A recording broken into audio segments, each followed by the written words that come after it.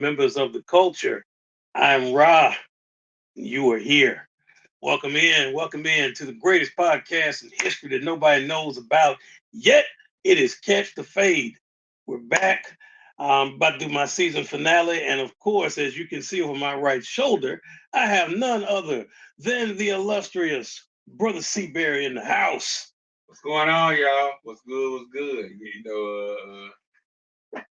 I got some lists to say today. I feel they'll be kind of contentious, so I just have to lean into it. This is the part where you play ambitions as a rap, cause, cause I might be like Pocket 96. I'm just gonna declare war on everybody. As you guys know, I did my best of and top 10 list already, but I want to extend that same courtesy to Brother Seaberry to allow him to sink or swim, whichever it is. I'll be here for the crash and the burning. I'll be here for all of it. Remember, folks, ahead of time that this is Brother Seaberry's list. Um, so if you don't like the list, you can certainly voice your opinion, put your list in the comments section down below. But that's what makes this hobby great, right? We all got our opinions. So by all means, folks, if you're ready, because I know I am, we are about to do you want to do the top 10 first, sir? Yeah. Let's go and do this top 10. Is this going to be the top 10 figures of the Yeah, year? yes. All right, so yes. this is going to be the official top 10 best of top 10 25 list according to Brother Seaberry. So, ladies and gentlemen, I'm gonna get out y'all way, and I'm gonna go ahead and let Brother Seaberry do what he does. I'm just here for the chaos, so I'm gonna sit back and sip on this Coca-Cola. I ain't trying to get canceled. There you go. And Coca-Cola. Coca-Cola. Coke is it. Yeah. So, ladies and gentlemen, without further ado, you're now live with Brother Seaberry. All right. I want to preface. This list is based on what I actually bought. Yes, Gargantuan, Dragonman, all those are illustrious and glorious. I didn't buy them. I ain't living there yet. But this is my list. Uh, and if you got a problem with it, judge your mama and her crooked lace front. All right. So here we go. My top 10 toys of 2025. I got the WWE Ultimate Great Muta. What number is this? Are we going down from 10? Yeah, man, orders. My orders, I don't know. I guess this is my order. Go for it. This is the order I put in. 2, WWE Elite Great Muta. That's like the old ass Great Muta that they put out at the WWE Elite Ron Simmons. That's 3. Uh, or I guess 7. That's how you look at it. Yeah. 10, 9, 8. So yeah, we're on the number 7. Yeah. McFarlane DC Multiverse Mr. Terrific. Did the comic one come out this year or was that last year? Which figure was it again? Like the comic Mr. Terrific, was that last year? Yeah, I think that was. I think okay. That was Then I changed it to the movie one year. DC Multiverse, the movie Mr. Terrific from the Superman movie. Master Universe X Thundercat Scale Rock. Cause I'm sorry, I love it, man. It's memorized Skeletor. Like it's kind of amazing to me. That's 6. All right. Number 5. McFarlane DC Multiverse Icon. McFarlane DC Multiverse Icon. That's 4. Okay, we're coming through. McFarlane DC Multiverse Power. Okay. And all right, and 2. Number 2. Marvel Legends ROM Space. Okay, sure. Okay. And then number 1. Number 1. Not the lace front. the WWE Elite NWO Great Movie. So, ladies and gentlemen, that was the best of 2025, as per Brother Seaberry right there. And again, that's what I bought. I could just go around this room and see toys that would blow this list out the water. But I don't want to front because I don't own it. And remember, folks, it's okay whether yeah, his words, not mine. So it is okay that if you did not own these figures and didn't purchase them, it's perfectly fine. Um, I did my list constructed off what I thought was the top because if I had to, I didn't want to take away from a figure. So just because I don't own it doesn't mean that it wasn't in the top, which is why I did my best of, which were the things that I did own, much like Brother Seaberry got in. It's interesting that there are three motors on there, but nonetheless, that is his list. I like the Great Motor, man. And I know he has another list for you all that this should be interesting, right? And what that is, ladies and gentlemen, you all know here on the channel, if you have been on the pod, you are aware that Brother Seaberry has a special affinity for a certain group of figures that we refer to as randos. So, without further ado, Brother Seaberry is now going to officially rank his top 10 randos of 2025, starting with number 10. Take it away, Brother Seaberry. The WW Elite GI Bro Booker T. Okay. Because I mean, like, it's a GI Bro Booker T. Like, that's such a random, short lived gimmick of his, in WCW. Then the WWE Elite Making a Difference Fatu. Oh my God, was that a random? Number 9.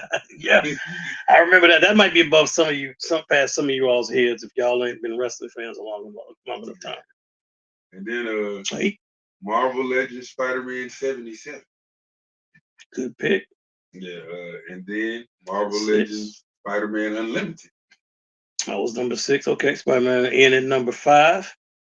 Yeah, and then McFarlane Multiverse Green Arrow Connor Hawk.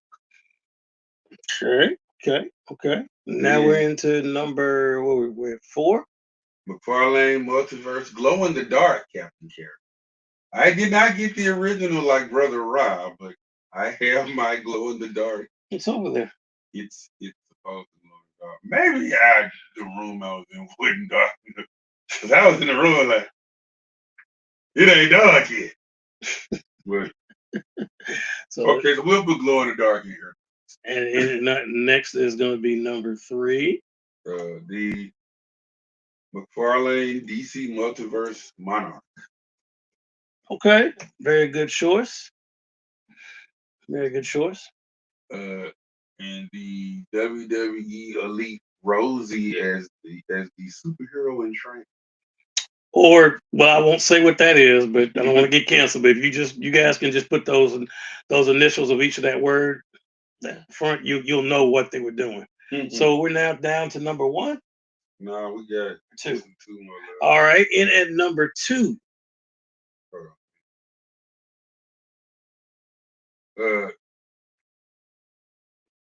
You know what? I'm finna pull an audible. I'm finna flip. 2 is the McFarlane Multiverse Hour Man. Oh yeah. I remember him. Okay. Yep. And that means that number 1 was reserved for the McFarlane Multiverse Platinum Edition Dark Stars with the Jon Stewart head. Okay. I got that like Sunday, I think. They got the Dark Stars with the Jon Stewart head. I was like, bully. It's actually a good choice right there. Yeah, because it's like I had to explain what.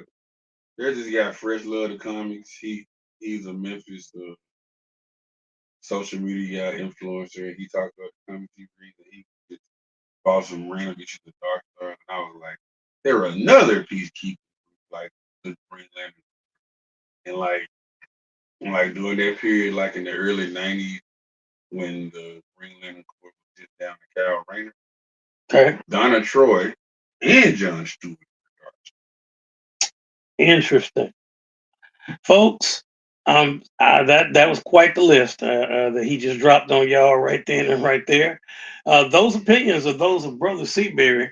Okay, now look, I get my top 10 best of might be inflammatory, but again, I chose to limit it to figures that I actually bought. That was a personal choice. Now, but I mean the randos, like I like I like randos. I've been I've been reading comics for a long time. I've been watching wrestling for a long time. So there is going to be obscure stuff that I'm going to know, you know, and and it's going to resonate with me. You know, that's all. I I can't disagree with his list.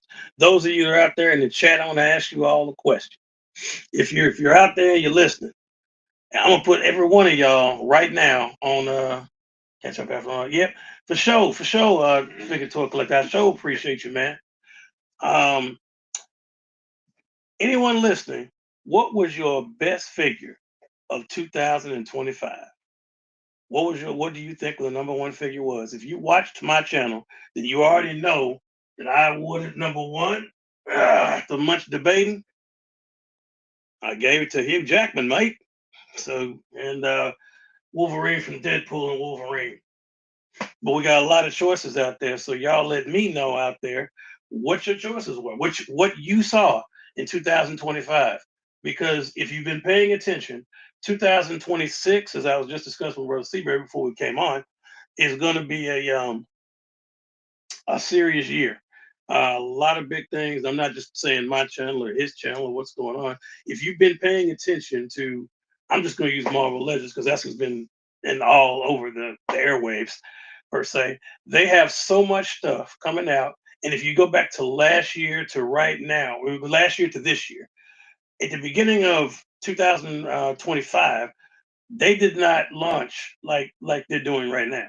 They didn't come out and tell us, "Hey, we're gonna go ahead and listen." Some of those figures aside, maybe you wanted them, maybe you didn't. I get it. And those figures weren't for everybody. But I mean, I personally think the Kitty Pryde Colossus is a winner. I think that Sandra Gover's a winner. But obviously, they got a couple of randos in there, so you already know Brother Seabear is looking at those. But Well, now it ain't twist because I do not have a good proper Colossus. That two pack uh tickled my fancy the most. But the thing is, I was perfectly happy with my Kitty Pryde. You know, like my grown up Kitty Pryde. I got that, the little black and yellow suit. And I've got a Shadow Cat. I was good on Kitty Pryde. But I feel like but that Kitty Pryde is like a better. It's kind of how she look at astonishing it comes back job about 20 years. I will probably acquiesce and just buy the two. Unless I have a friend somewhere. Unless I have a buddy that wants to go half on a two pack oh wow. and ride like hell to the now. Okay. Well, you never know because I don't own a Kitty Pryde. Was He he? doesn't have a Was he? You Colossus. want a whole two? Well, no. What I don't own company? it. No, What I have company a you got Colossus. Colossus? Yeah. My Select Colossus works for me. So that might work. You never know. That may work out. Sometimes um, that's what we in the hobby do. Sometimes when you two packs, you find one figure you like, and it happened with the Gamerverse. I saw it all the time where people and y'all know who you are out there. They crapped on my guy Thanos because all wanted Psylocke, and y'all should have been ashamed for doing him like that. Oh, Hey, what's up, man? It's good to see you, bro. You made it. oh sure. One of my old classmates right there. It's good to see you in here, man. We just talking toys and stuff. Shout out to the Kingpin Alan Collins.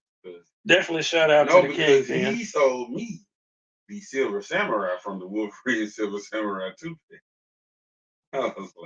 I was like, yes, I will take He said, without question, he will definitely take it. it. Yes, sir.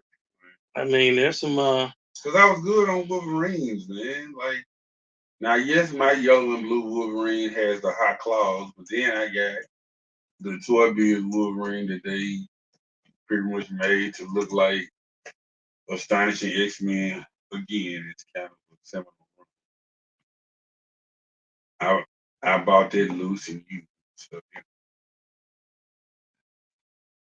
And folks know that 2026 is going to be a real, as I was saying, going to be a real killer year. I think it'll be good.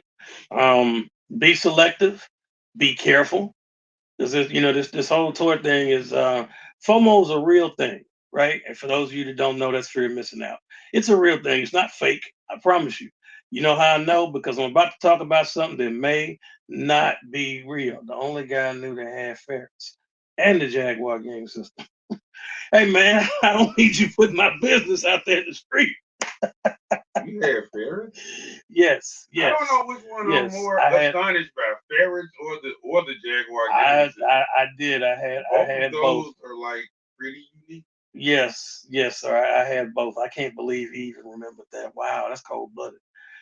That's really it's out there. I feel like I'm running down the street naked. He just put all my business. Hey, but look though. Nonetheless, Hey, I but did look, have it. real quick, because I know everybody's like Grizzly in this next Marvel Legends wave. WTF? I think that's a rando. Oh, he is King Rando. That looks like something Zangief was wearing in one of those Street Fighter games. Those of you that play Unequivocally. Street Fighter know what I'm talking about. Unequivocally. But you know what? I had this random 3-pack because I used to get my comics in 3-pack before I started like going to Super D and Wall and later on. And it was Spider-Man fighting the Grizzly. I don't And I even know who this remember it dude from even my is. youth, man. And I just like, I kind of want him, but I know he's gonna be like between 50 to 60. And but I feel like he's obscure enough that I can try to play the waiting game and hope to catch him on set. So what he's telling y'all is he's about to try to play. I'm not gonna say Clarence Chicken. I ain't gonna say that, but close. Like, yeah, we can Get it how play you Clarence Chicken. get it how you live out here. Everybody that's in this stream right now, I know that all of you do collect. I'm assuming. So if you collect, and depending on what you collect, you may or may not know that this happened, right? So December 15th, they began shipping the Sentinels from X-Men 97, right? Something that Hasbro Pulse has put up, and I'm gonna just call it what it is. I've never seen them do this before ever. So what they've done is usually they wait until after we're talking about months down the road here, where they've shipped out all the orders, and now they got cancellations or the extras that are there. Out of nowhere, my 11-year-old is in the Street Fighter now. That's a complete reaction. Super seven figures on the tree now. Okay then. All right, come through, young king. I see you out there in the Street Fighter. There we go. There we go. You got some good figures right there, man. There's no doubt about that. I got it, Chun Li. I got one right here. In fact, I got one on deck right here. Jada Toys. There she is, right there in your face. So that way you saw it. Jada Toys is really, really good. For those of you that don't know, they're good. They make some good figures. I'm trying to figure out how I feel about the little tease. How do y'all feel about the Street Fighter movie? I see, I'm just running. See, Brother Seabear got me just being random. They throwing me all off. I did watch that teaser trailer. I got to be honest with you. The more I watch it, the more intrigued I actually am about it. Dude, I I, legit I thought it was AI. I wasn't. At first, I was like, man, they're gonna wreck this movie. They spent a lot of money getting some really good talent, and they're gonna wreck this movie. But I don't think they're going. The vibe I get from them is that they're not going for realism. They're going for like a straight game feel. That's what I get. I think it will be kind of goofy, and I think it'll actually be a good movie, in my opinion. When I said I thought it was But we'll AI, see. I thought it was AI first. I I think thought it was it's like a little fake AI made up trailer. And I was like, oh no, that's the real trailer. this is going to be a popcorn flick. So the hardcore fans that are looking for this Street Fighter a realistic movie, this probably isn't going to be your Street Fighter. Man, My gut says that this is going to be a popcorn flick that you can take the kids to watch and will enjoy. Because I'm not sure. I don't think it. What is it rated? PG? uh, You know, something like that. Man, I gotta it be could be honest with good. you. I gotta be honest with you, man. I don't know if I'm gonna see it in movie theaters because I really don't want to support him. Was he? He's not in the movie, is he? Yes, he plays that. I didn't even know Andrew Schultz was in the movie. Ready for it. Saw the characters being introduced. Yeah, Momoa as Blanca was a shock. Because he wasn't initially, I didn't even hear about him. Pun intended. And then pun intended. And then he just showed up out of nowhere, and I was like, Jason Momoa's in this. I was like, was this just an excuse for him and Roman Reigns to meet? Because they for years and years they hadn't met, and now they finally become bros now. So I was like, was this just an excuse? But I Now mean, it looks like it might be pretty good. Now I need them doing the twin or hair bench out. So see, and right now, it looks like this year, well, 26, Jason Momoa might be pulling like what Josh Brolin had going on when he was Thanos and Cable, he was winning. So you got Blanca and Lobo. So, do with that information what you will. But before I forget, what I was gonna say earlier is that those Sentinels were $174.99, so $175. If you all ordered, you remember that, right? They're up on. I mean, as of this moment, I remember you going off about Dan. We ain't gonna talk about that. At the time when they launched at 175, I was waiting on it to be some months later before we saw it. I'm gonna pull it up again and see if they're there. And they were on Hasbro Pulse earlier today, right? And here's the kicker. If you all did not know this, because I was in shock. Remember, I told you if you ordered it, you would know. But they were $174.99, so we'll just say $175, right? Let me see if it's still here. Oh, it's showing in shop. I mean, it's showing in stock. I can't talk, but remember now, I just told you it was $174.99. I'm about to unveil this in front of Brother Seaberry and the world, so you can see that price. Y'all see that? That's right, right there, Brother Seaberry. $219.99. So they went from 174 to 219. So if you want a Sentinel right now, you can get it. It's there right now. I've never seen them raise their price like that. Not this early. I hadn't seen that before. I could get it if it was like months later and they're like, hey, we have some. This seems like something that somebody on the eBay would do. I'm not ragging on them. I'm just saying it's their product. They can do what they want with it. But that's the first time I've ever seen that. If you all have never noticed that, let that marinate in the back of your head. Write it down. Do whatever you need to do. But just know that they did that. If you ordered it, you knew it was 174. So to Hasbro, the only question I would ask is, it's your product. You can do what you want to, but you thought we weren't gonna notice. You really thought that we weren't gonna notice. That y'all just what? If somebody want to tell me what the difference is between that? My math isn't the greatest right now. But that is about 40. a $45. So why in the world, bro, are y'all charging $45 more? Is that the get it now price? Is that what I'm to take from that? That's crazy. In the words of Fat Joe, Today's price is not today's price. Yeah, yesterday's price is not today's price. So they must have snuck Fat Joe in there on there and member of Hasbro's marketing team. And he must have been like, yesterday's price is not today's price. Go ahead and charge. Let's go ahead and take that price up $45. Oh, but guys, I'm not saying spend 219 because I really can't do it right now. He's telling you to do it. No. I will say, when I saw Brother Ross pick,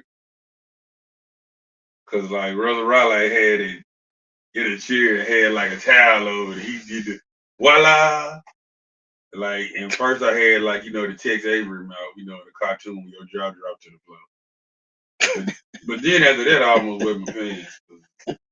Oh my God, it's so beautiful and majestic. And I know I'm like, I'll say at this point in my life, I feel like tier 2 broke boy.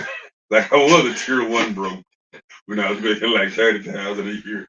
But I'm in the 50,000, so I'm like a tier 2 broke boy. But like it makes me want to punch above my weight and we've had gone back.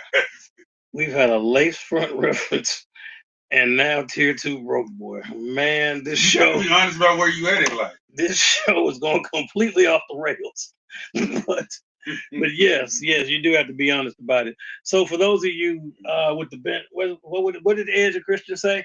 For those of you with the benefit of flash photography, I'm gonna go ahead and present him right here, live and in color. There he is. I'm gonna wait and see if the chat go crazy. So majestic, so amazing. I present to you the X-Men 97 Sentinel. This one's name is Ernest. So extravagant. This is Ernest. Ernest is a North Memphis Sentinel. So if you are a mutant that's in North Memphis, he's gonna find you. He'd be like, hey man, how man? Man, you violating, ain't it? You ain't ready to get it. He comes with these. I can't do this today. He comes with these blast effects that you can clearly see. And what do we like as? That's right. I agree with you, Sean. He said, "Damn, here's that sound. Y'all ready? Turn your sound up so you can hear it.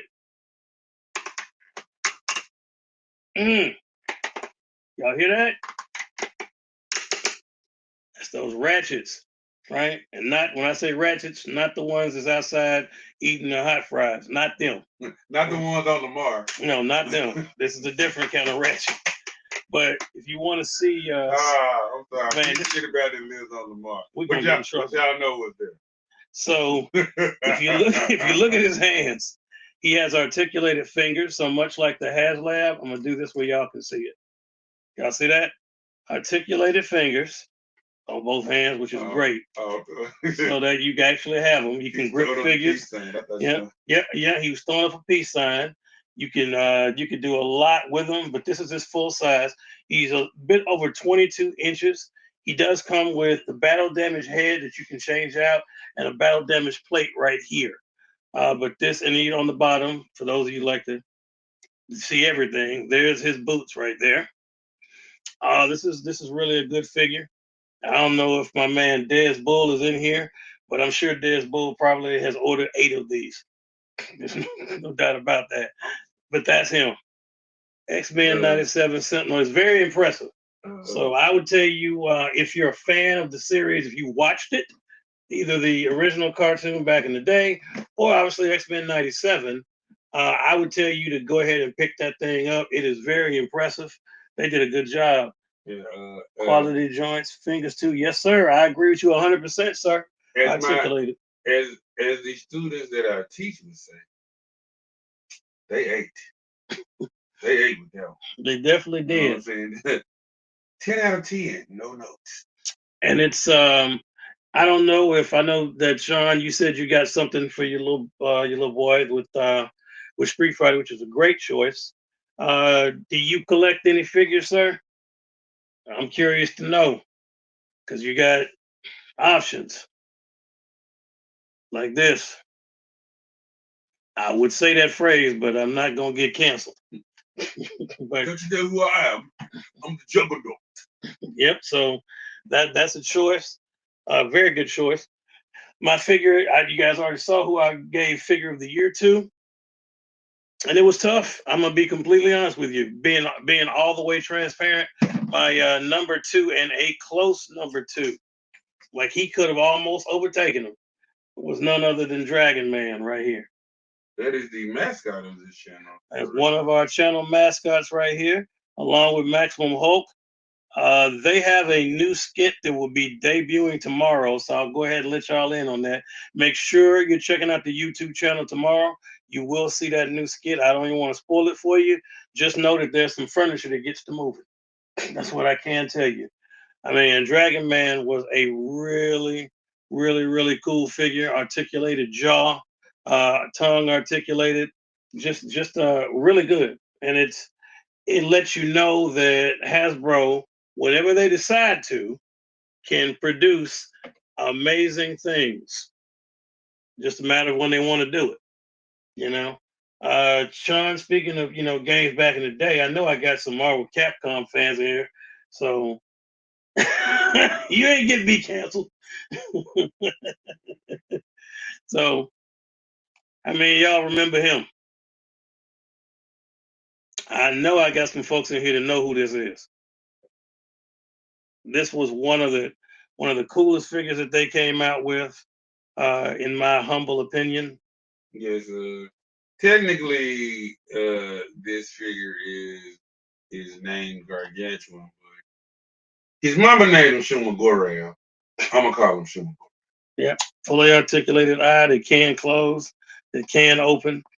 Definitely one of the better figures. I think we had a really, really, really good 2025. It was so hard for me to rank these things, because when I tell you there was just winners everywhere. There was winners everywhere. Who knows about that? This was the Gamerverse Venom, not to be confused with Tupac Gamerverse Venom that came with Captain America, but this was from Spider-Man 2.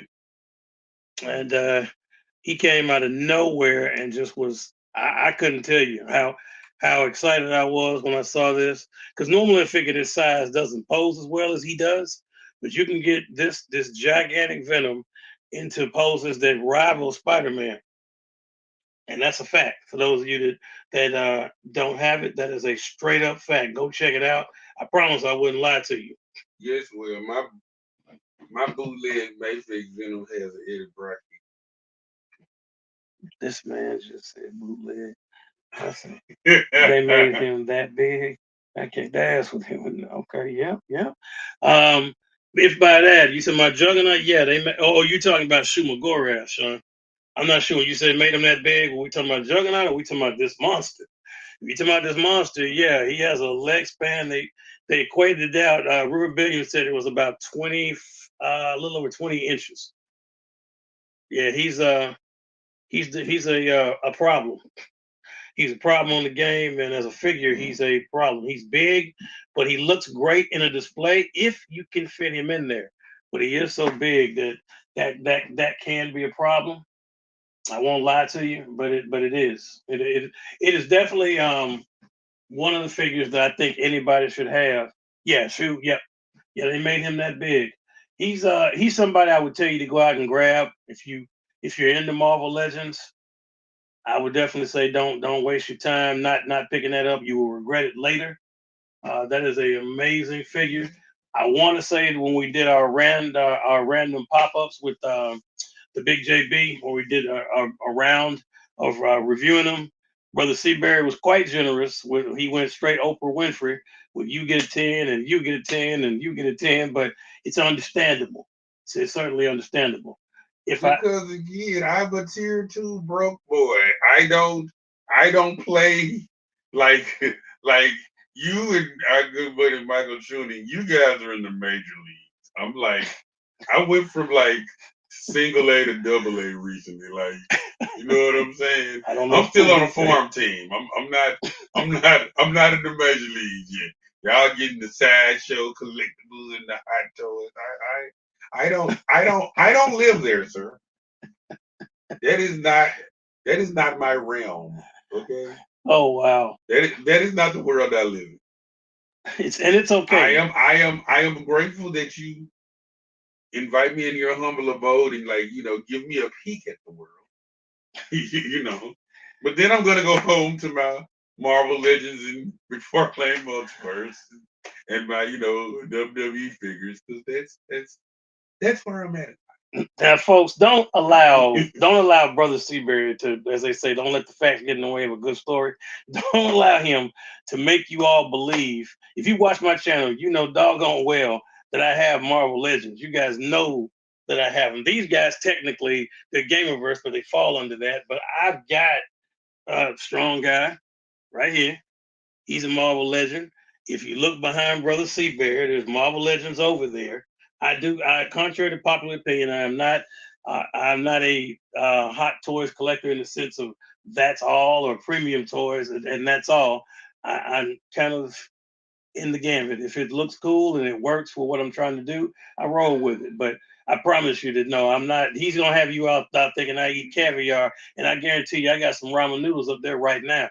In fact, y'all want to know the truth? What he's not gonna tell you is before we came on camera, I got it right here. Look at me flip this, man. You see that, right? Y'all can read that bag. You see what that is? Now, if I was balling, why in the world would we have crystals here? Okay, no. I'm just saying, you and our good buddy, you all are You kind of. talking about Michael Chunin? If he's watching, Michael Chunin has never eaten crystals in his life. He's never touched a crystal, never, ever in his entire Yeah, life. yeah, That yeah. man eats ribeye steaks. He's never had I go crystal. to I go to his toy cave and I'm just like, I ain't it. Shout out to Michael Chunin and his you and know, his amazing toy cave. You I'm know, just I'm just like, nah, I'm like a baby toy collector. I'm not full. and No, that's all I'll say. I was not trying to say that you don't have Marvel Legends or McFarlane Multiverse, but I'm saying I don't have anything sideshow, hot toys, none of okay. this like. And see, even the Marvel Legends you have like Dragon Man. Dragon Man is like a upper tier Marvel Legend, and so is this Cinder. I'm just saying I haven't ascended to that level yet. I haven't fully evolved. I'm like one of them Pokemon. Like I'm like Machamp, and I haven't like leveled up all the way. So see, this guy right here will throw y'all off if you're not paying attention. He'll fool you completely.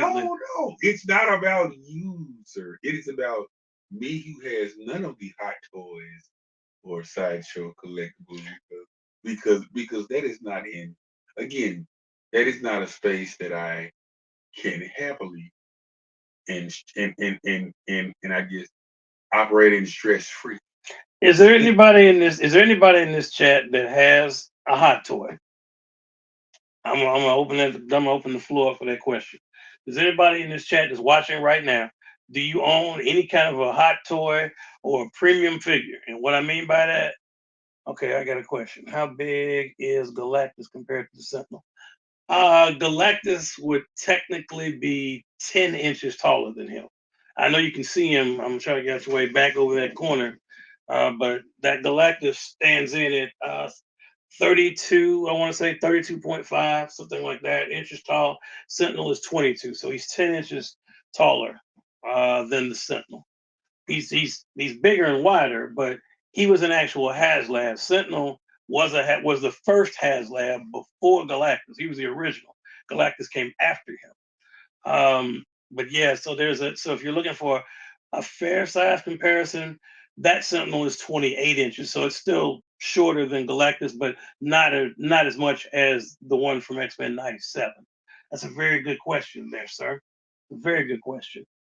Um, when it comes to collecting figures, I tell people all the time, man, do what makes you happy. Um, find your, I don't say your lot in life, but find your space and live in that space and live in your truth and be comfortable. I have some Funko Pops. I'll tell anybody that. I sure do. Yes, I Uh, do. I've got some. I've got Super 7. I've got NECA. I've got Jada Toys and Storm Collectibles. I mean, and you know, you guys know my first love was wrestling. I know, Sean, you obviously know it. But I'm I own everywhere. three NECAs. I have a standard Elvira and I have Flash and Lothar from Defenders of the Earth. Flash Gordon and Lothar. So this right here is not sustainable for me, right? Excuse me. It's not sustainable, but I'm gonna let you get a good look at that, Sean. So you have comic Logan right here. So I'll let you get a really good look at the claws and the figure, right? Here's the MCU from Deadpool. This, ladies and gentlemen, is an amazing figure, right? Damage and everything. You can see he's taller, obviously, because Hugh Jackman is like 6'3", and we just pretend like that doesn't happen. He's a whole foot taller than he should be. But my point is, this is not sustainable for me, right? It's great that you can do this. If you can, that's fantastic. For those of you, if I've got anybody that knows somebody that's strictly a hot toy collector, more power to them. I can't live in that space, right? I gotta I gotta pick and choose. I can't, because hot toys are what I call they're premium product. They cost money, um, and you have to find what you like, right? So because they make everything, right? Pretty much, kind of like the Funko Pops were, where you can find a Funko Pop of almost anything. Sideshow's been around for a long time. If you go on Sideshow Collectibles, you can find an anime statue, an anime figure. You can find almost everything is on there. Right? I used to collect the old AWA 80s figures. Freebirds, Road Warriors. Okay, okay. I've seen those and I've been tempted, but A, they're pricey, and B, those 80s AWA, they scale more with Masters of the Universe figures than like the rest of my wrestling figures. Now you So bringing back some memories. It might not be nobody. Sean, I don't know if anybody else in this room, well, obviously not Brother Seabury, but anybody else that's in I'm this gonna chat say that. knows Look at me about. like I'm short eh, now. Yes, that Wolverine that pole was hot for a minute. It's still, I mean, that is hot. Those two are separate hot toys. They still are hot. I'm glad they don't pack. If they package those together, I'm scared of what that would cost. But no, I don't know if there's that many people in this room right now that know about the AWA. I do, obviously, Sean, you do, and Brother Seabury does. I remember seeing ads for the ring. It might have been a Target ad or something, because I think they had a ring, and I think the ring came with the Road Warriors and the Fabulous. So if I don't have anyone that knows what that is, you might want to Google it. Uh, AWA was from back in the day, and it was the bomb.com. No pun intended. Yeah, It that's was the good. organization that most of the organizations that we know now splintered off from, like WWE splintered off from. Well, back And then, the back then NWA. it was WWWF. It splintered off from AWA. NWA splintered off. WCCW, which is World Class That's Championship championship Wrestling. wrestling. They splintered off because they disagreed with a lot of the rules of the AWA. They wanted to have different rules. That But was the best Christmas ring. Had a cave. Boy, woo, must have been nice, Sean. Those that could. yeah, man. Let me tell you. Must have been Uh, nice if you could get a ring. I couldn't do that. let me tell y'all my story. All right. Let me make sure I get No, comfortable to no, hear no, this no, one. no, no. It's just my parents, well intentioned, but they kind of slightly missed the mark. My mom thought she was buying me the ring and a cage. Yeah. No, she bought me the cage attachment. She opened it, it was just blue cage. And she's like, "Where's the ring?" I'm like, "Mom, I don't think the ring. I think you gotta buy the ring there." Spoiler alert, she never did. This was the end of my collecting LJN. I got the ring attachment. I got Buck Hogan and Andre the Giant. And that was kind of the end of my LJN day. I was I was in high school when Hasbro started dropping. Although I do own a Hasbro one.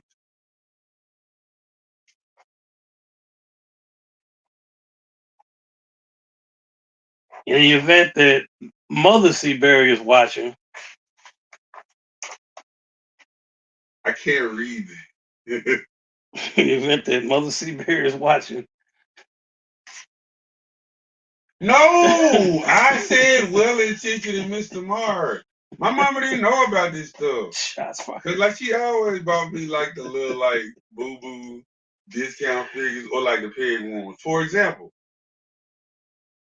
Christmas '84, I get two Transformers. Skywarp, which was a good one. She was like cooking with that one. But then she got me Skids. Man, Ric Flair, Larry Zabisco, Ski. Oh wow, Jerry Blackwell. Man, okay, my grandparents had me right. Yeah, they did. He was eating, man. The best, the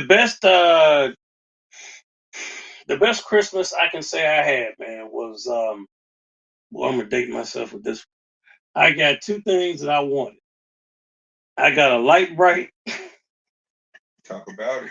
Talk It's so, about it. it's so bad saying this because Yo, I know there's somebody somewhere in this hey, chat. light bright was popping. We ain't gonna do that. Somebody in this chat right now is like, man, let me get Google. what the hell is a light bright? But light bright was an interactive toy that was the bomb back in the day. Okay, so Sean knows what a light bright You is. could move these different colored pigs that would light up and make different shapes. Yeah, I ain't never get to this. Now I did have an etch a sketch. I had an You extra know, you sketch. draw your little stuff and you shake it up and then you draw it again. Yeah, light bright. So you know about the light bright. You know what I'm talking about, man. So I had a light If you know, bright. you know. If you know, you know. I had a light bright. Um, my brother got hungry hippos. I'm dating myself again because y'all might not know what that is. He got hungry hippos. I got light bright. I can't remember what else he got, but I did get a Transformers set that I wanted. And this is gonna take you back, right? Those of you that remember the Transformers. They had just hit the scene. I got the Predacons. All five of them. My neighbor kids had the Predacons. All five of them. Right? And I don't know what that thing is to save my life. It did not make the trip with me to where I am now. It's been missing in action for a minute. But it was the Predacons, and to those of you that don't know, those were like, I can't describe them. They're not Dinobots, right? But they were the only real animals that I could think of outside of the Dinobots. You know, you had the Insecticons, but they were bugs. These were actual animals. So I had a rhino. There was a rhino, a lion, a jaguar, an eagle, and somebody I'm missing. But they were there. My best transformer was Jetfire. Man, you know what, Sean? There was somebody else. My main man Pete. That's a DJ Ice Cold. Jetfire was his character. 110%. He loves some Jetfire. I I do think he has it. realize that's just a repainted Macross. Don't be that guy and ruin people's childhoods. All right, It's a repainted Macross figure. It man. was Jetfire. That's all you needed to know. It was Jetfire. He was on the show. He looked nothing like that. He was on the Transformers. He looked nothing like that. He did look like that. No, he didn't. That was a repainted Macross. See, you know what, man? I'm gonna get my guy on the phone right now, live, because I know Sean. You know, let me ask him that. I hopefully he'll understand. So that's the good part about being live, folks. I can take y'all there with me. I'm about to call this dude right now and ask him, wasn't Jetfire like? Are you trying to say Jetfire wasn't his own character? Is that what you're daring to say? I'm saying that toy was a repainted Macross figure. I don't know. Now later on, they made a Jetfire that looked like the one on the G1 cartoon. Hey, what's up, P? What up, dude? What's going on? Man, I'm live right now, which means that you're live right now. Yeah, what's going on with you? So I'm over here. Make sure you tune in, brother. You need to be on here checking us out. We're having a whole discussion from back in the day. You remember Sean Washington, don't you? Hung out, Russell, all us, Vaughn. You know Sean. Yeah, you know him. So we're having this whole discussion now. And Brother Seaberry, if you've ever seen my podcast, is on here. And he just had the audacity to let something come from his lips that was so disrespectful. He had the nerve to say, he talked about your favorite Transformer, because Sean just said it. He said his best Transformer was Jetfire. And I know you got a special place in your heart for Jetfire. And I like Jetfire too. I wasn't fortunate enough to have him. Go ahead and say that disrespectful stuff again, Brother Seaberry. You mean the truth? That it's a repainted Macross figure? That the figure looked nothing like Jetfire from the cartoon? He's lying, P. You know he is. What do you say? It was a repainted Macross figure, sir. I don't even know what that is. Macross is what we call Robotech in America. Yeah. Yeah, like Jetfire is a repainted Macross figure, man. Like you don't, P. Do you believe that? It's I agree with him on that. The original Jetfire was a Robotech, I guess you can say a Robotech knockout. Yeah. That's the reason why they changed him in the cartoon, because it was a legal issue that was going on between, was it Hasbro, and I can't think of the people that do Robotech. Well, that's the reason why in the cartoon the Jetfire doesn't look like the Jetfire that, was originally sold because of legal issues. Well, now I have to correct one thing. It wasn't a Robotech knockout, because Macross was first. Right.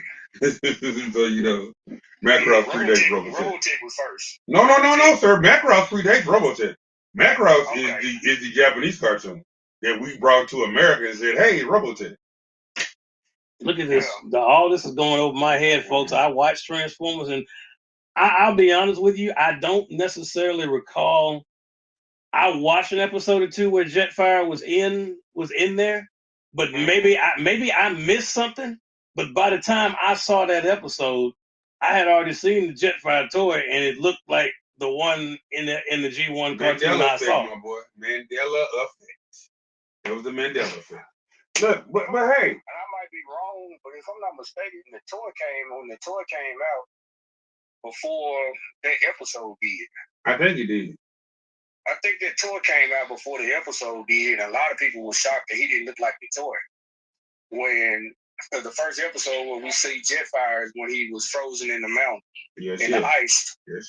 And so when they freed him from the ice, he didn't look like the Jetfire that, like the toy.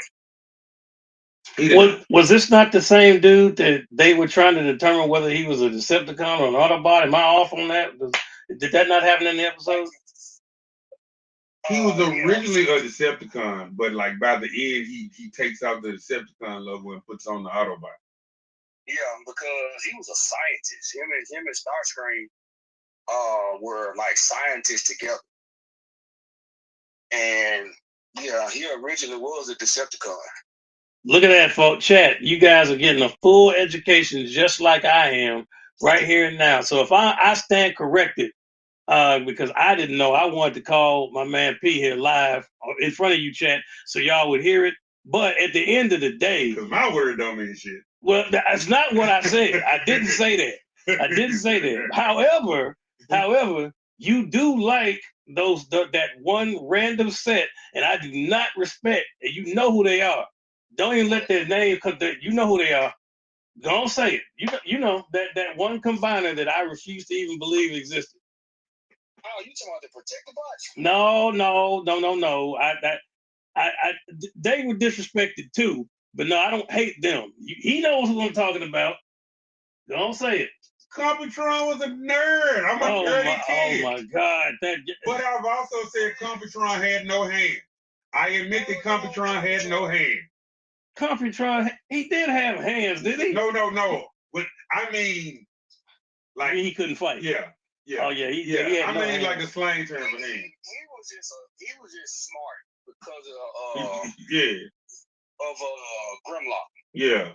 He probably was on the weaker level of combiners. And also he had a habit of babbling in the middle of battling, so that looked like whatever the Terracons form would just like eat his lunch every time. Yeah, because if he didn't compute, he didn't do it. It would have to.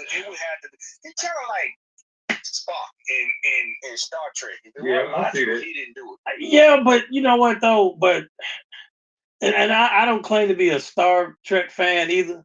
But but there was something about Mr. Spock that was inherently cool. There was something about him, right? There was nothing about Computron that was inherently cool at all. Mr. Spock had a human mother, so you know he was, I guess, biracial, if you will. He was a Vulcan human hybrid. Is there anything that this man doesn't know? Is it just me, or are y'all being amazed by how much? I wasn't an athletic child, man. I was in the house a lot. I wasn't a Star Trek fan. I watched the original series, yes, because I didn't have cable, so I was watching old Star Trek reruns. They thought he was a Decepticon. You talking about them black and white Star Trek when I thought something was different. Yeah. The toy, because he was so big, found out he was a Robotech figure. Yeah, Sean, you see, Sean, you knew. So I didn't. When I was collecting Transformers, right? The ones that you want, I'm not saying nothing against Jetfire. We wanted Jetfire because I thought Jetfire looked cool. I never got him. The one that made you the man back then was if you had Megatron or you had Shockwave. If you had the Dinobots, you had any of them, You was automatically up here. You was top tier if you had any of them. And if you got lucky enough and you had Devastator, oh man, you had Shockwave is That's because back then they were the more expensive pieces. yeah. And now Shockwave is also a rando too, because like Shockwave or Rando. hear me out. Most of the line is Micro Change and Micro Man that like Hasbro plucked and brought to America. But like Jetfire's Macross and Shockwave some other line. Because there was a whole lot of Transformer toy lines, right? For example, yes. If you had Soundwave with all the cassettes. Yes, indeed. For example, Sean. like because if I'm not mistaken, in Japan, Optimus Prime is known as Convoy. Yes, and like also something else.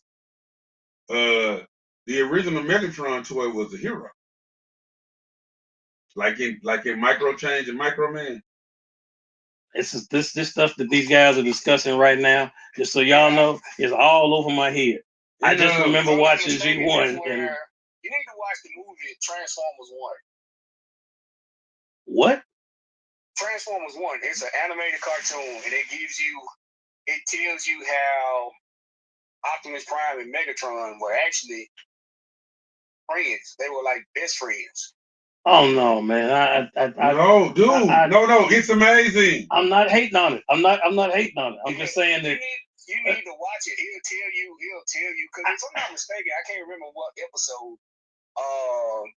There's an episode where Optimus Prime actually calls Megatron brother. What did he just say? I bought Complete Devastator for $60. Sold and damn made triple my money. I resell. You no good dog. You had a Devastator. Wow. You talking about the OG Devastator, or you had the like recently had Devastator? Because I have Devastator, and y'all don't know because P's not in the chat right now. So P has like the who could I say? He has the Elon Musk version of Devastator. Like just like that, real expensive. I just have this one. Nah, that one, the one I got is not the most expensive. That's the one I have right here. This is the Studio Series 86 Devastator that I did not get as a child. That is the one that I have. Yeah. I love that Devastator. But see, the one I have, like I said, it's a Jim Bow. It's a third party, and it's huge. Hey, you know what? Shout out to the third party. In particular, I regret it now. In particular, shout out to the third party like attachments. They'll add like different hands and different heads to make your little completed figures look even flyer. So shout out to the third party folks. I ain't mad at it. Yeah, because there's a for Devastator, there is what it do, KO? Go ahead. There's an upgrade kit for Devastator. Yeah. And like it fits over his hands, like one of his hands becomes like a drill bit, a drill head or whatever you want to call it. And it makes Devastator look way more menacing than how he normally is.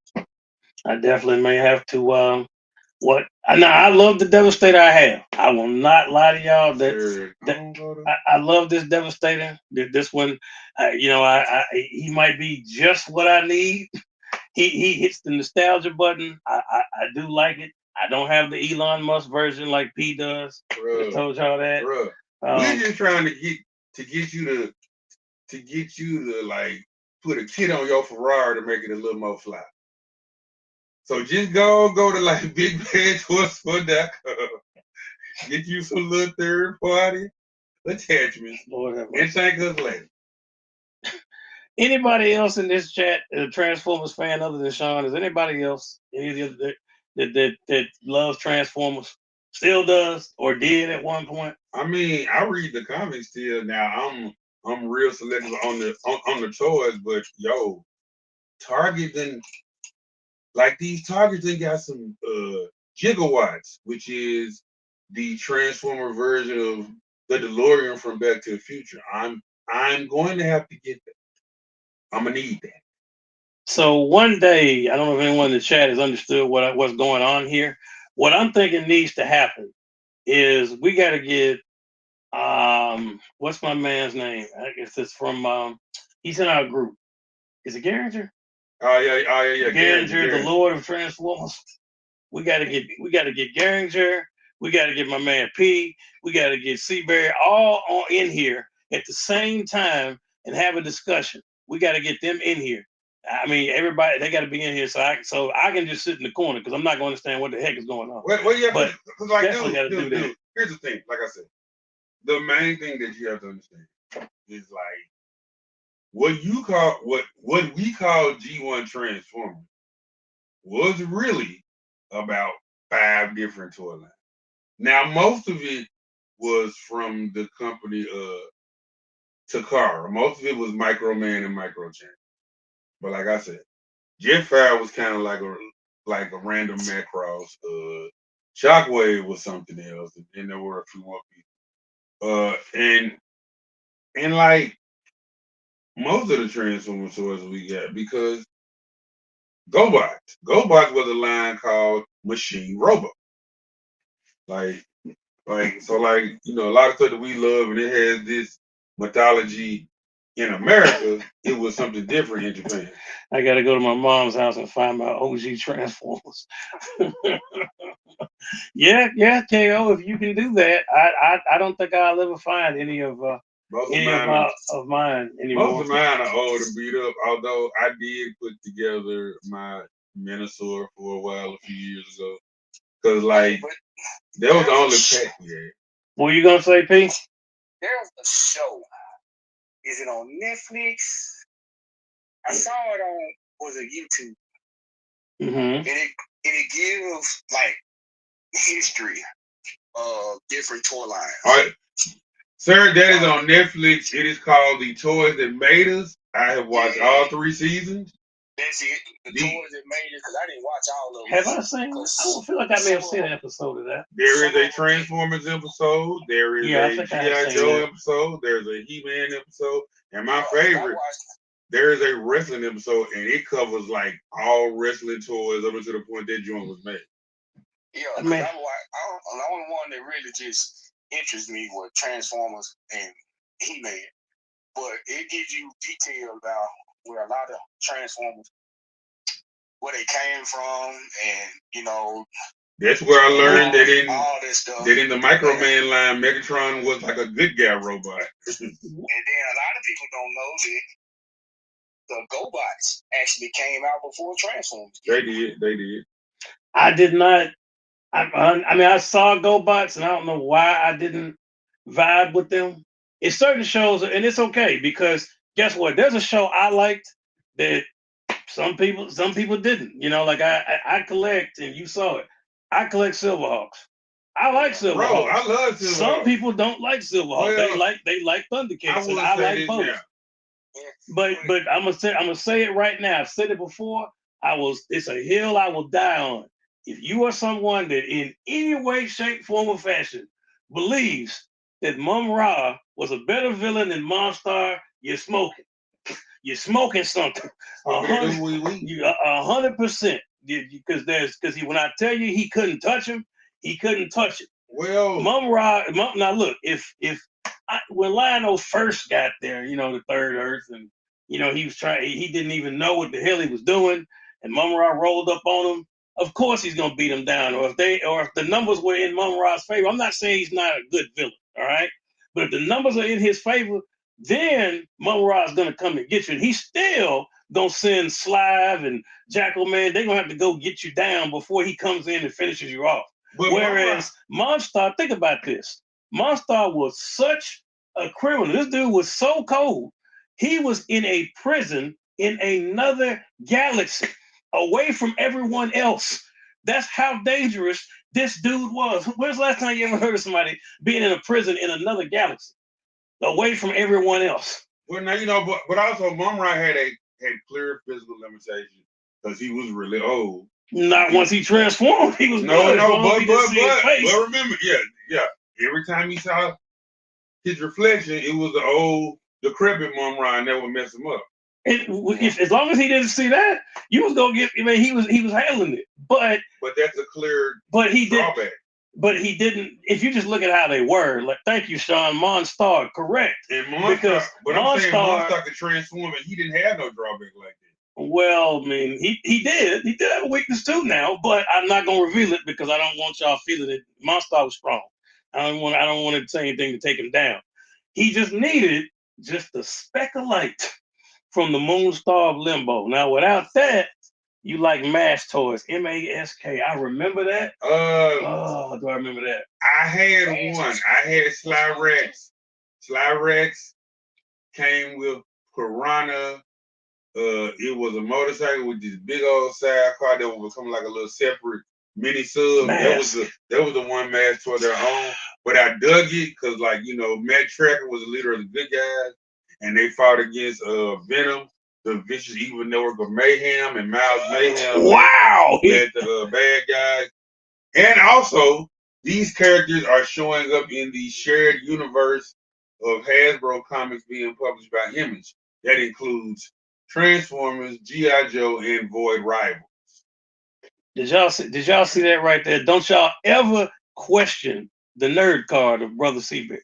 Don't question it.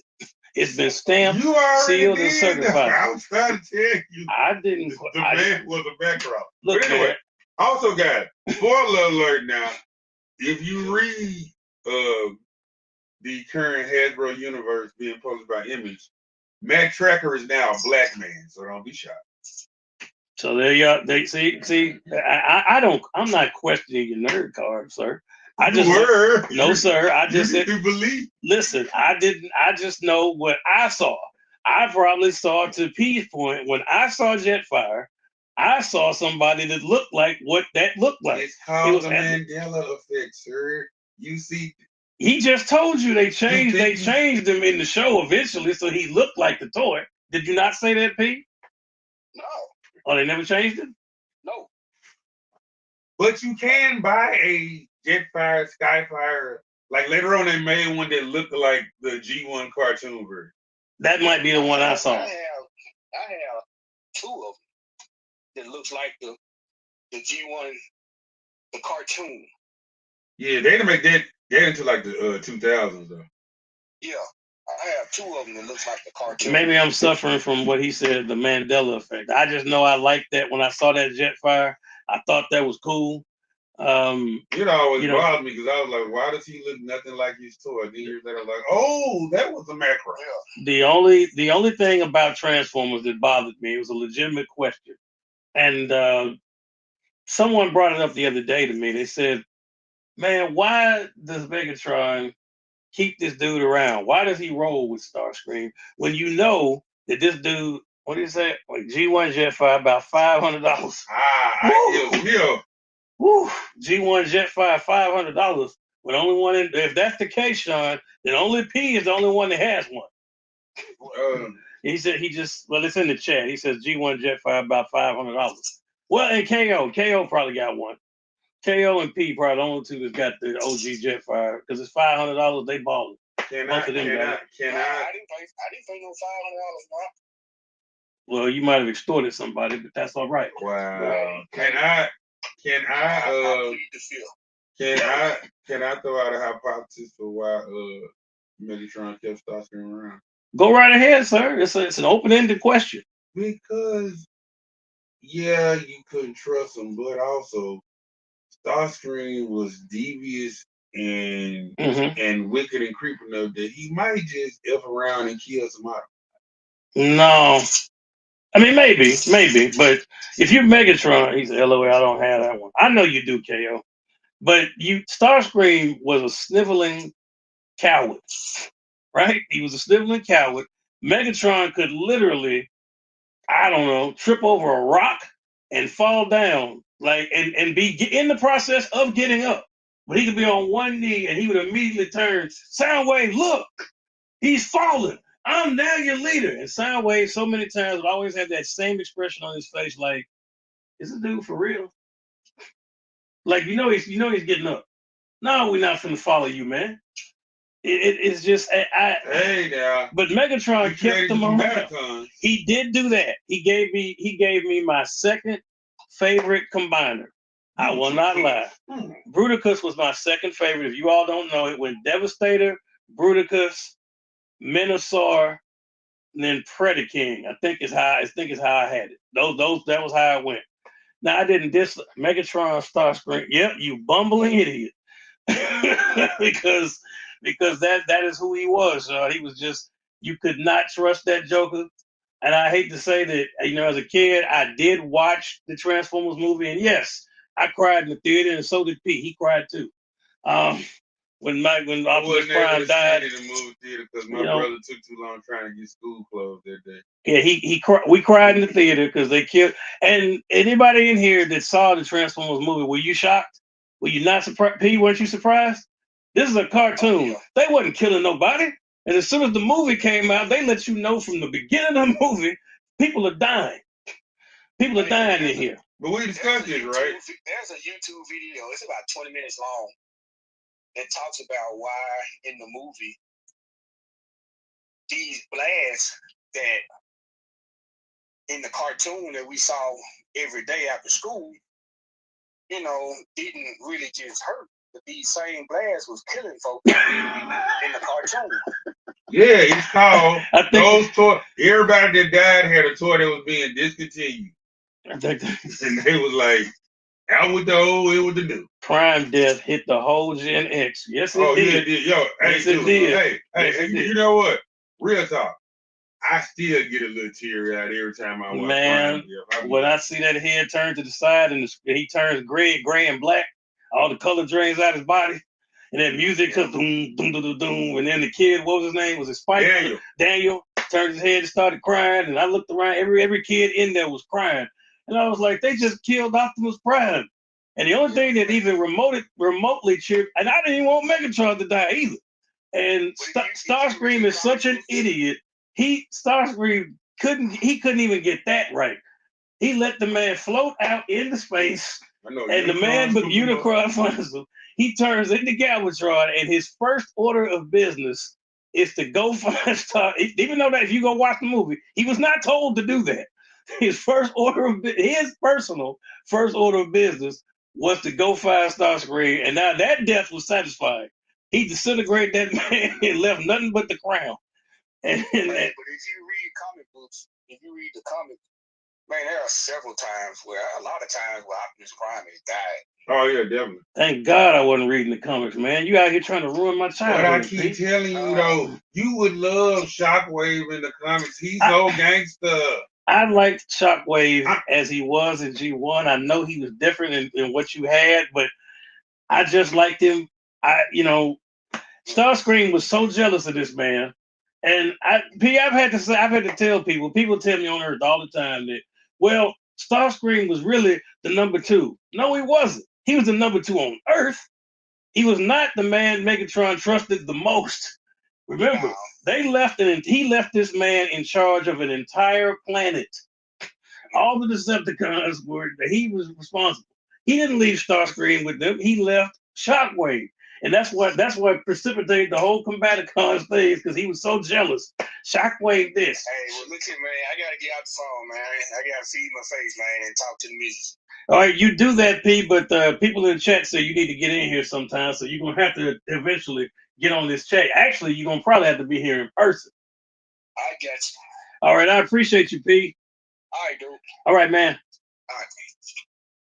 Anybody else want to question Brother C. Barry's nerd card? Is fun. Y'all want to do it? No. Y'all get your feelings hurt. Sir, this ain't an ad. I came out the womb in 1976. This damn nerdy. Wasn't really fun because being a black man in the 80s and 90s ain't like now where like everything we love is $1 billion movie. I got my ass kicked. I suffered for it. I suffered for it. I was 100 pounds soaking wet, dog. Like you can't be this nerdy and this weird and be little. Black folk were like, I gotta punch this fool. It is okay. For the record, it is okay to be. I'm just saying nerdy. I'm just saying in the 80s and 90s, man, being like black and nerdy and little was kind of a deficit. I'm glad I survived. Do I have anybody in this room? Do I have anybody in this room? Anybody that is looking forward to Doomsday? I don't know if I have anybody else. Any of the three of y'all that are in here are looking forward to Doomsday. Man, dude. I'm looking forward to Doomsday. Someone told me earlier that they said, "Man, I can't get over the fact that it's Iron Man." And my response was, "I get it, but you got to get over it because he's clearly they've already hired him. So unless something strange happens, he is your Dr. Doom." I get it. It's gonna be hard to not see Iron Man. But Robert Downey Jr. After I watched Oppenheimer, listen, I had a new respect. That man can play a serious bad guy. Bro, It can happen. Been cold. Let's be clear. But yo, absolutely, my guy. Go ahead. You were saying? I am because I love movies. Okay, KO. I respect that. I don't love Robert Downey Jr. But hey, Marvel's trying to do some Hail Marys and some audibles because for the longest time, and I get why Marvel got arrogant. Let's look at the crap they were able to pull off. Because, like, me personally, being a long-time comics fan, I was sure that Guardians of the Galaxy was going to be the first flop. Because I'm like, y'all picked Rocket Raccoon, the talking raccoon, and Groot, the tree that only says 3 words. I was like, well, it was fun while it lasted, Marvel. But then Marvel like, I got you, bitch. You know what I'm saying? Guardians is great movie. And then Ant-Man. I thought Ant-Man was going to flop. Now, did it make as much money as like Avengers? No, but it was still a success. Like, Marvel was pulling out the randos and just like, here, take them. And at first we were like, yeah. I don't know if it's the woke stuff or they, like, well, I think part of it is they started filming movies without scripts being finished. I think that doesn't work out. I think that was to their detriment. And it's like, so I guess they like, let's bring Robert Downey Jr. in his Doom, and let's try to get that old thing back as H-Town once. I don't know that. And I think we've discussed this before. I could not really put my finger on what it was. I mean, some people think it might have been that you'll hear that term superhero fatigue. Some people will say, well, and I get that. They say, oh, it's too much too soon. It gave us so much, and I get it.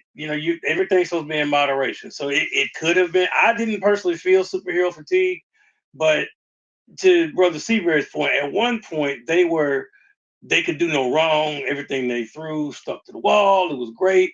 We loved it. I think they may have made some movies that just didn't. I mean, they weren't bad, but they didn't hit the same.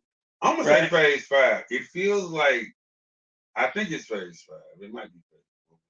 Anyway, pretty much the phase that began after Endgame. You were never gonna come back from that. That's one. Like that was so good. It was gonna be hard to top Endgame. It just was. But it felt like you were never gonna top that. But it felt like they were just like, okay, so this next phase just gonna be real loose, and it's like, but no, you have conditioned people to want this, and also in that next phase, they started teasing stuff that they never delivered on. Like never paid off. Like there's still a freaking celestial in like the middle of an ocean. They just addressed it, but there was a long gap. Yes, there was a long gap until Brave New World was the first time they even really talked about it. They had the Easter egg here or there like that, but when they first addressed it, yes, and they said the word celestial, which they never said before, which was weird. And then Jonathan Majors, they were moving toward Kang and developing it, but then he had to. Endgame wasn't a perfect 10 in my book. You know what? I can respect that. I wouldn't say it was a 10 either, KO, but it damn sure was a 9 something. It was definitely a 9 something. You know what? And it would be hard because of the emotional investment that went through with Infinity War. It would be hard it was gonna be hard to come back from that. Robert Downey Jr. or not, it was just gonna be hard. I mean, because you went through this a whole emotional arc throughout, and you had multiple characters. It wasn't just like the arc of just Thanos, even though it was him, but you had so much other stuff. You had Thor that went through his depression and became Fat Thor. You had Steve Rogers, full of apathy, with justifiably so. You had Black Widow, not really 100% sure what side to go with. I mean, there were so many stories that were being told at that time that that all got it. I mean, they more or less wrapped them up. I'll give them that, but all that, it was like this one big conclusion, a melting pot. And once it happened and it was finished, it's like I don't know if I'm the only one. I don't think I am, man. From what people told me, that felt like, okay, so where do we go from here? Can I jump out the window again real quick? Hopefully they find a way to bring Kang back. I think he is. If I was telling somebody else this, I believe they did. I read that he was supposed to be back for. I'm not now beyond these two movies. I don't know, but I know I read somewhere that Jonathan Majors was supposed to be back. They had him back on as Kang. It's still not his movie. Like, they didn't change it back to where it's Kang Dynasty, but they did bring him back. That's what I heard. I give it an 8. See, I guess I've been like in this new phase because I go to every movie in the theater. A lot of people will read reviews first and make that decision. You know what? That's fair. I don't. I don't read reviews. I go until after I've watched it. Because for that reason, KO, I don't. I still gave it a 9. I do, even though I know that Thanos was different than the comic Thanos. So, but I get it. I mean, because at the end of the day, the one question that no one asked, and I said, realistically, he could do anything he wanted to do. So the plot made, to me, the only thing about it that didn't make sense is he could do anything he wanted to. So in theory, he could have just made it infinite or doubled it. He could have just done that. So it didn't make sense that he had to kill half the people. So I don't. So that Jonathan Majors blackballing is. So I think he's back though. I like, people hated Thunderbolts, but I love it. I didn't hate Thunderbolts. I talked to somebody today that said that he said he did not like Thunderbolts. I will say this though, the way they dealt with mental illness was awkward and heavy-handed. But as a person who struggled with esteem issues and depression most of my life, I was just glad to see it being dealt with. I'm like, yeah, the way they showed it was, like I said, super awkward and super heavy-handed. But I'm like, hey, at least you tried, champ. Now I gotta jump out on one real fast. Go ahead. I don't love King Kang, and let me talk about it. It's a very long movie. Okay. And also, the Russo brothers, God bless them, but they just tried real hard. Like, hey, it felt like every other movie you watch, that time travel was wrong. That's not how time travel works. And they kept saying it to me again. That's not how time travel works. About a third person saying that, I kind of want to fight somebody. It was a little bit on the confusing. Every time I watch that scene with Smart Hulk, where he says it, I try to, like, I have to pause it and I listen to it and try to roll it around in my head, and it just don't make sense. Thunderbolts was good, but Sentry was whack to you, really?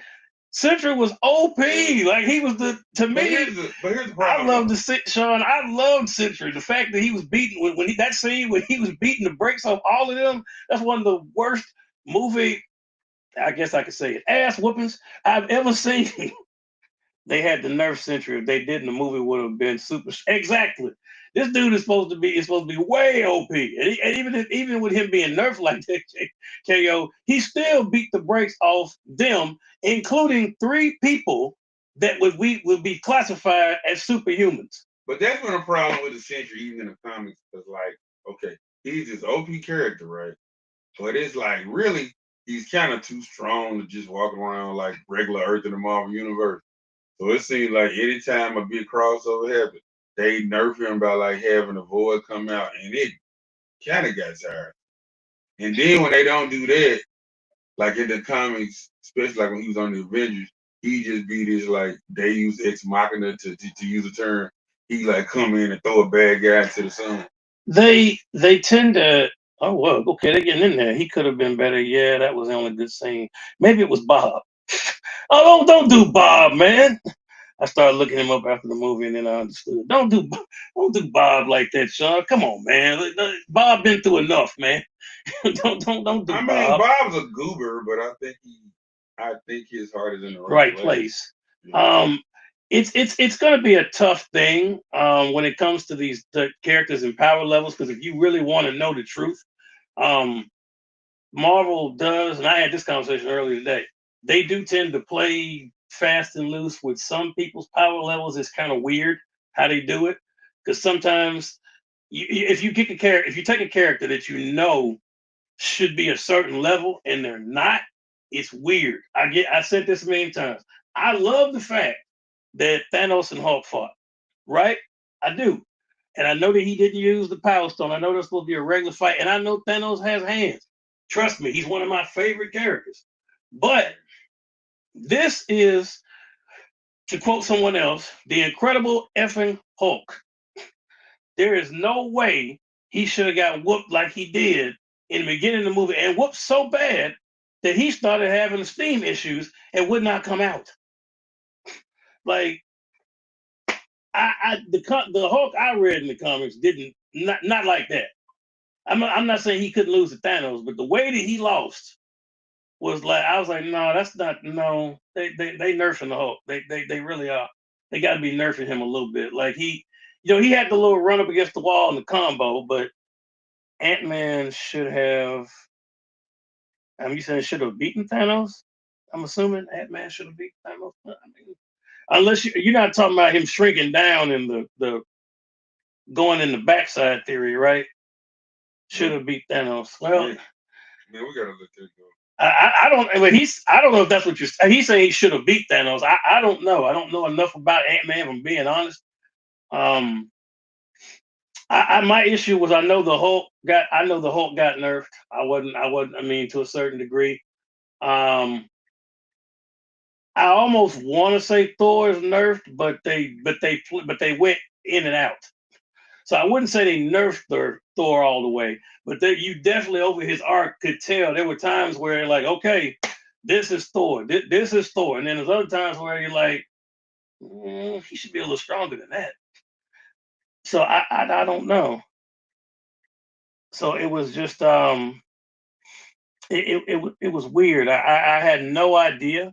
I couldn't really describe how how I felt about Thor. I was a little I was a little iffy. And sometimes, like I said, they get right. Like, okay, so I just, I did enjoy Fantastic Four. It's an ongoing joke, but the algorithm just showed a meme of that. It gets you some of Ant Man. But for instance, if you did see Fantastic Four, I think the thing was about right, right? Like that strength level. I think he was about right. So hopefully they keep him about where he is. Because I had somebody say, could Galactus really throw him in outer space? Yes, yes, absolutely, absolutely. He could throw the thing into outer space. Are you serious? Oh yeah, definitely. Right, like right. So I loved Ralph Ineson as Galactus. I think he was great. I do not. There is a theory now going around that the last Fantastic Four. I don't necessarily know that I tried to watch it again, and someone said if you watch it carefully, you don't necessarily see the Silver Surfer. Like they said that she didn't go in there with him. Like she might have just like blinked out or teleported or done something. I said I can't tell. I watched it again, and I thought she went in there with him. If she did, I think that we may not see her again. I think that's the end of her arc. If she did go in there, wherever Galactus got sent to, if she went in there with him, she probably is done. So I don't necessarily know what that. He'll be back. You can't get rid of him. Not. I mean, you sending him somewhere else. So I get what. I mean, like when I heard Reed Richards say he'd be stranded without his ship. Yes and no. That's not really true.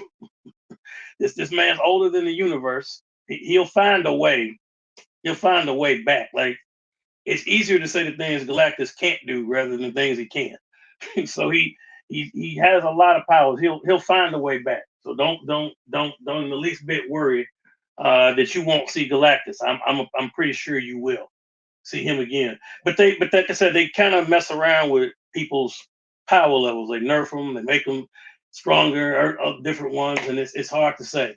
Because Kang is really a lot more powerful than I mean. I guess they kind of let him in Ant Man Quantumania kind of do it. Um, he's a lot more powerful, I think, than what they let him be. I mean, Kang has been around a long, long time. He's really like up here. He is an Avenger level threat. I don't know why people have a hard time understanding that, but he truly is an Avengers level threat. But I'm looking forward to seeing Doomsday, and that's a year away. I don't know that there's another. Is there another superhero movie before Doomsday, other than Supergirl? Maybe Yeah, Supergirl. is that it? I thought it's DC. Is there another superhero movie? KO, Sean, anybody know? Is there another one? I think that Supergirl is it. Maybe. Yeah, in my head, I can't think of another superhero film that's slated for 26, other than because Avengers Dynasty is at the end. I mean, not Dynasty, excuse me. Doomsday is at the end of 2026. I mean, we're talking about a full year away. Yeah, nothing else I can think of off the top of my head. Did you watch Fantastic? You saw Fantastic Four, didn't you? I saw it twice yet. Twice. How did you like Galactus? That was cool. They picked the right actor. Yeah, I mean, it wasn't a freaking cloud. So You remember what you just said about Ant-Man? We're not supposed to be talking. We're gonna let that go. Why we can't talk about that Fantastic Four? Wait, you did say so. Oh, Spider-Man. That's right. How could I forget that? Is that next year or is that later? no, this next year. Oh yeah. Although I'm curious how the Punisher is gonna work with that.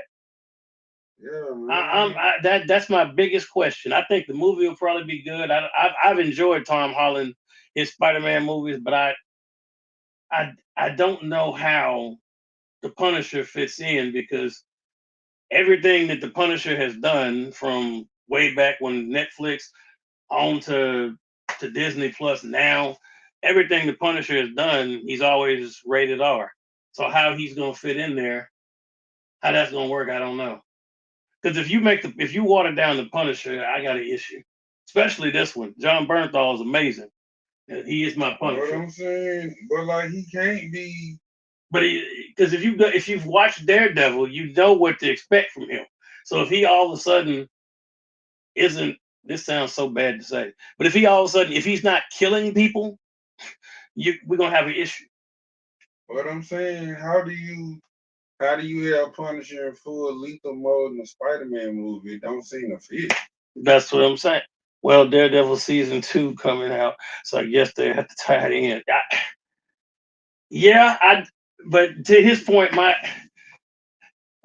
Spider-Man is a safe property that's gonna make, probably gonna do dependent. I think that you might get close to a billion or more. His movies do well.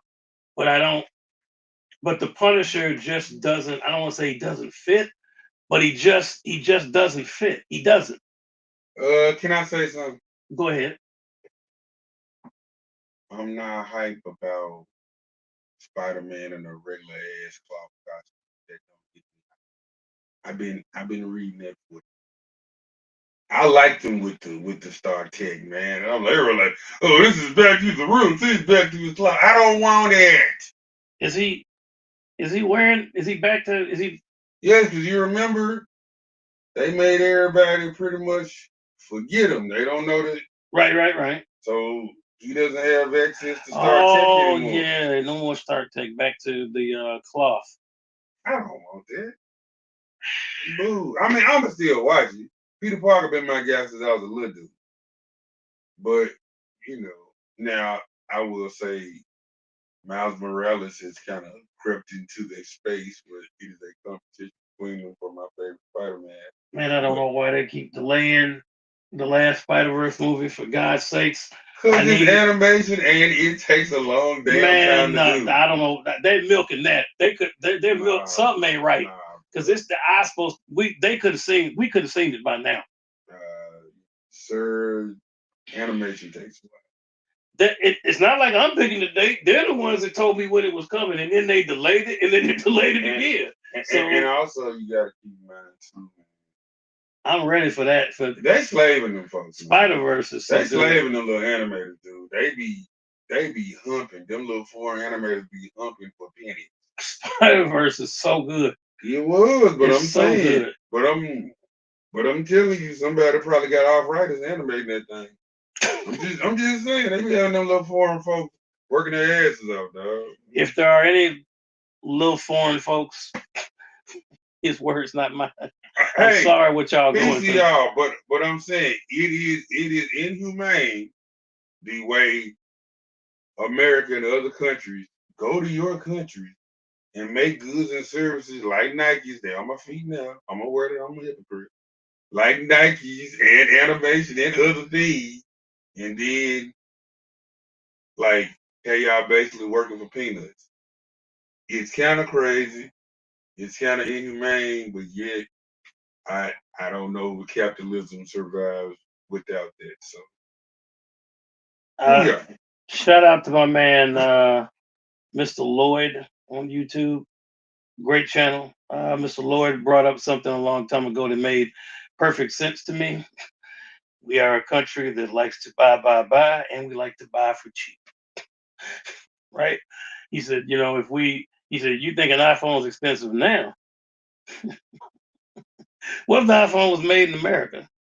And I had to think about that. I said, "Ooh, I'm scared of that." He said, "Cause think about it, an American is not doing anything nowadays for less than $15 an hour." So right now, and to his point, they ain't making that over there. So honestly, man, you bring the iPhone over here. The iPhone. I might be close to going because you bring iPhones, you bring any of those phones over here, instead of being made over there. I'm on the verge. The fan edition is over. I have a fan edition. I'm seriously considering letting iPhone go because, dude, Apple dirty. I'm sorry. I'm gonna say I know. I'm just burning out a bridge today. But the fact that after they make new versions and you have an older version and they intentionally slow it down, nasty work, diabolical. If anyone from Apple is listening, these are the opinions of Brother Seaberry and Brother Seaberry only. Please do not cancel my channel. Hey, what I'm saying, that's diabolical, dude. It feels mean. I'm not saying whether I agree or I disagree. I get it. You trying to play your position. Hey, I be the same way on my podcast, but I'm a guest on here, so I guess my give a damn is busted. Kind of nasty workout. I want you to be better because I've seen you make great and amazing. I'm gonna leave it. Yes, definitely his opinion because, ladies and gentlemen, Apple, I'm open for sponsorship. So if you are looking to sponsor the channel and help me out in any way, I'm your guy. I'm here. I don't necessarily know. Like I said, that's Brother Seabear's opinion. But me personally, looking for sponsorships. I switched back to Chinese phones. Wait a minute. Okay, can I get canceled for asking about that? All right, I'm gonna ask. What do you mean, Ko? I switched back to Chinese phones, and don't you say anything that's gonna get me canceled. Yes. Hey, we are cautiously asking you to elaborate, and I also wanted you to understand that Brother Rod's not trying to get canceled.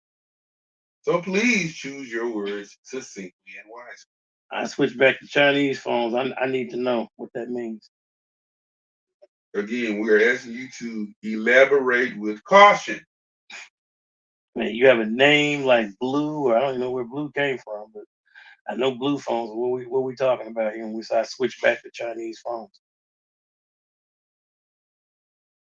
I mean, unless you just can't name your sources, to protect yourself, which I get. If you can't do that, I'm not trying to, Much like I'm protecting my channel, I want to protect you, sir. So if you're not at liberty to discuss your sources, it is okay, sir. Protect yourself at all times. In the words of Blade, protect yourself at all times. I'm gonna wait here for one more minute to see if you're gonna answer that question, or you can type in the number 5 and th behind it. You can hit send. You can do that, Ko. From Samsung to Red Red Magic. Magic. I have to use a Y phone until it got banned, and that was the best phone I ever had. Oh yeah, yeah, yeah. Well, they're not gonna take my channel. Um, I got it. I got you on that. Red man. Okay.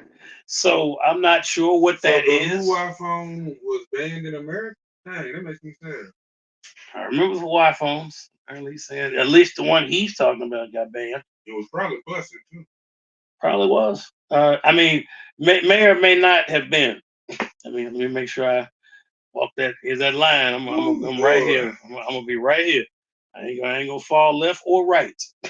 I will not run foul of the law. I can assure you that in any way, shape, form, fashion will not happen. Now, Ko, I'm gonna ask you a question. Um, are you still a wrestling fan?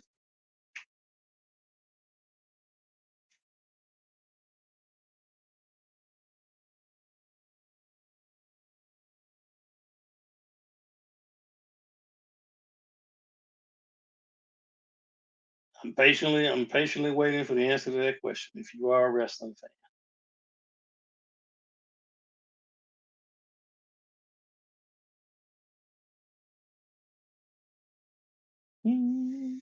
because I know how Brother Seabury feels, and you all should know how I feel. All day, man. I've been a wrestling fan since like the early to mid '80s. It was super casual, but then like it ramped up after Hulk Hogan Rock and Wrestling. Samsung phones tend to slow down when the new one comes out. Huawei was the first phone that I didn't have to charge ever. 6 hours, it lasted 2 days. Okay. Hold on, brother. I had one of them big ass no keys that look like a Star Trek communicator. I went to Nashville and accidentally left my charger. I went about 2, 3 days without a charge, but it was super book.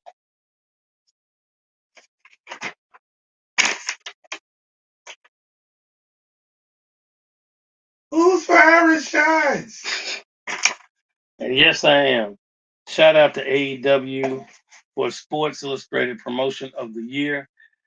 FWWE, ever since their merger, ticket higher than giraffe ears.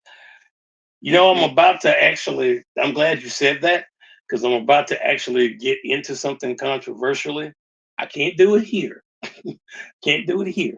So if you would be so kind, folks, um, I want y'all, I know y'all gonna say, oh, it's a cliffhanger. I would say tune in next, once 2026 starts, and I would tell you, hey, I'm gonna answer it then. No, I'm not about to do that. I'm not gonna put you on a cliffhanger. I'm not gonna tell you, hey, you got to tune in next. What would be next week? But that's the season finale, so I go into 2026. I won't be there next week. I am about to do something, right? I'm about to end this streak, and then if you've got 20 minutes, I'm about to go into episode 2 of the 5 count, where I will talk about that. This is the first year I'm not going to a live event since 2010. Hold that thought, Ko. Hold that thought. You're about to I promise you're gonna witness something in just a minute. So folks, uh we're gonna end this particular stream right now, and then we're gonna get real controversial in a moment and probably say some things that uh, could get his channel taken, not mine. I don't have a channel. We're gonna make up one so they can take it. All right, but make sure you join me in 2026 for the next episode of Catch the Fade. Brother Seabury, where can they find you? All right, check it out. You can find me on Instagram at Marcus Seaberry. That is MarcusSeaberry. That's the main thing. I got an X, but I don't be.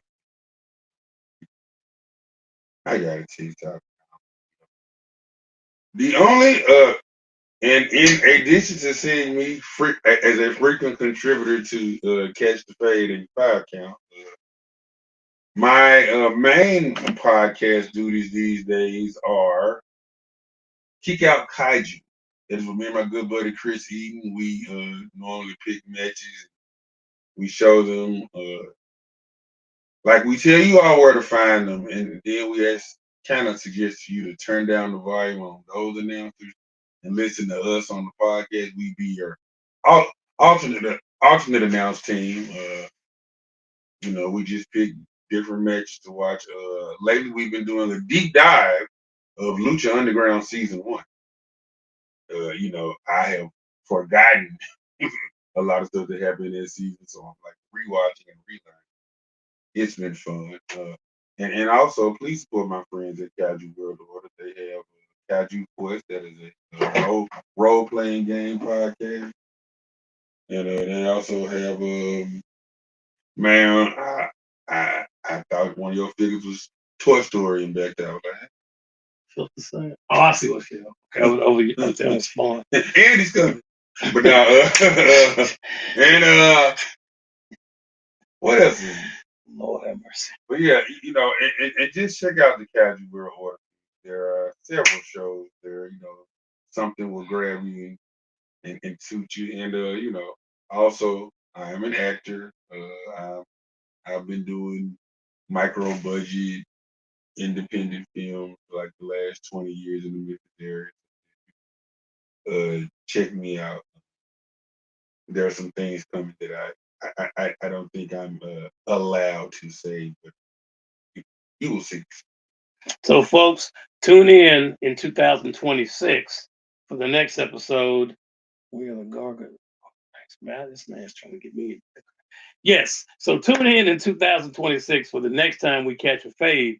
But if you're here in just a minute, and I say within 5 minutes, you'll get your invites. Tune in. We're about to do the 5 count, and that's where I can say what I can't say on here and get his channel taken. So make certain. The reason I say 5 minutes is because I'm gonna go ahead and create a YouTube channel for him so he can get canceled. But thank y'all so much for tuning in. I will see you in 2026 the next time that we catch a fade. God bless y'all, and come back within 5 minutes for the episode number 2 of the 5 count. I will see y'all there.